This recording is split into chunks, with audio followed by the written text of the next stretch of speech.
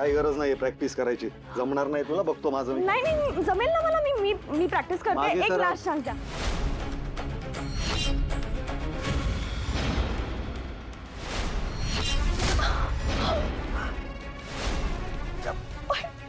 पाय.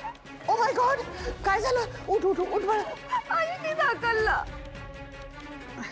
E E E सावकाश सावकाश सावकाश सावकाश सावकाश सावकाश सावकाश सर ई ई हळू सावकाश. बस बस बस बस बस सावकाश. लागलं का माझ्या बाळाला? पिल्लू हा दुखतंय का? नाही ना? मूर्ख आहेस का तू? मूर्ख मी नाही मग मूर्ख ती आहे. इतके दिवस झाला प्रॅक्टिस करते तरी सही जमत नाहीये. जमत नव्हतं तर जबाबदारी घ्यायची कशाला अंगावर? अरे थोडासा पेशन्स ठेव ना. हे तुझं असं इम्पल्सिव्ह वागणं आहे ना, त्याच्यामुळे तू नेहमी तोंडावर पडतोस आणि आम्हालाही पाडतोस. समर राजवाडेची सही खाऊ आहे का? पोट खूप दुखतंय मला. काय नाही काही नाही Swelling होईल आता. नाही नाही स्वेलिंग होणार. हा मी आहे ना. तू त्याला माफ कर. तो असा त्या चिडचिड करतो. पण माणूस चिडतो कोणावर? ज्याच्यावर खूप प्रेम करतो, खूप लव्ह करतो ना, त्याच्यावर माणूस चिडतो. आणि हा हे कोणाला सांगायचं नाही. हा स्वानंदी ताईला अजिबात सांगायचं नाही. नाहीतर ती माहितीये ना कशी आहे. शी इज युअर स्टेप सिस्टर. सावत्र आहे ना ती. कसं करते, कसं वागते ना ती तुझ्याशी. मग ती कशी स्वीट स्वीट बोलते, पण ती लव्ह नाही करत तुला. अंशू चिडतो पण प्रेम करतो की नाही त्याच्यावर. हा सो स्वानंदी जर विचारेल ना काय झालं पायाला, तर तू काय सांगशील? काय सांगू? सांग बाथरूम मध्ये घसरून पडले आणि पाय मुरगळला. तू एक काम करते का? आज तुमची पहिली वटपौर्णिमा आहे ना, तू एक काम कर, माझ्या रूम मध्ये जा, कबड उघड आणि तुला पाहिजे ती साडी घे. येस. आणि ज्वेलरी पण आवडते ना तुला. तुला हवी तेवढी ज्वेलरी घे. आणि छान प्रिटी सज आणि पूजा कर. माय प्रिटी गर्ल. कोणी विचारलं तर काय सांगायचं? बस येस. ओरडायचं ना. मी ओरडते त्याला. हा मी येऊ का सोडायला तुला? मी जाईन. Okay okay. खूप घे हा, खूप ज्वेलरी घे, पाहिजे ती साडी घे. हा मस्त तयार हो. हा तुला पण जायचंय. पहिली वटपौर्णिमा आहे.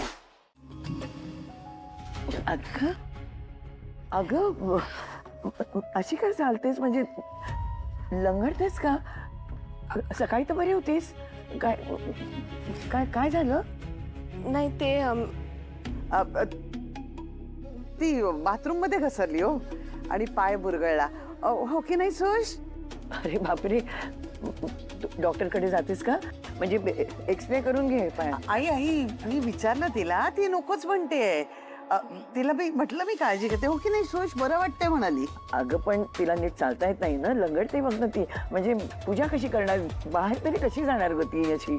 त्यापेक्षा घरामध्येच वडाची फांदी आणून करतेस का पूजा मग तू? आजी काही गरज नाही. अरे मी आहे ना, मी घेऊन जाईल तिला वडाजवळ. हे बघ, काही झालं तरी आमची पहिली वटपौर्णिमा दणक्यात होणार. हे बरं. अंशू हिला जरा नीट आधार दे आणि व्यवस्थित घेऊन जा, तिला सांभाळून बघ. आधार देत कशाला? उचलूनच घेऊन जातो ना. Let's go Maugham.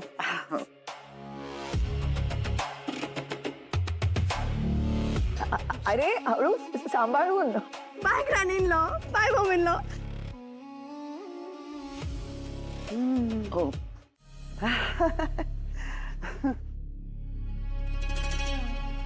किती प्रेम आहे ना आई अंशू मध्ये आणि सुश मध्ये.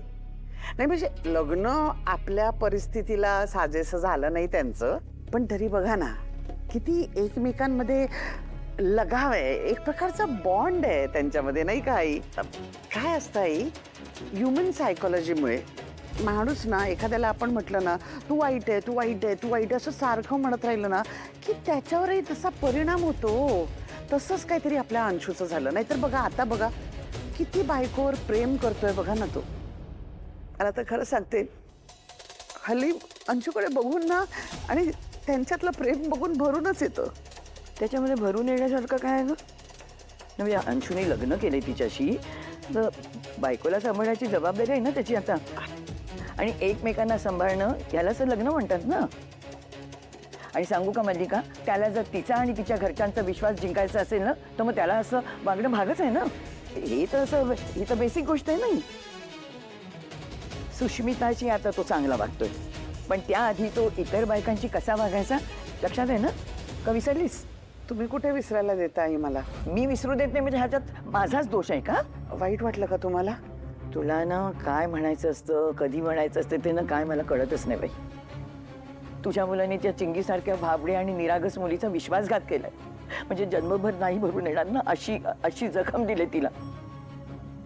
4 दिवस बायकोशी चांगला वागला म्हणून हे सगळं काही विसरता येणार नाही मल्लिका. तू ना आता त्याच्या चुकांवर पांघरून घालणं बंद कर. आई, अंशू पण तुमचा नातूच आहे ना हो. म्हणजे आता त्यांनी काहीही केलं तरी तुम्ही त्याच नजरेने बघत राहणार का त्याच्याकडे? तो प्रयत्न करतोय ना.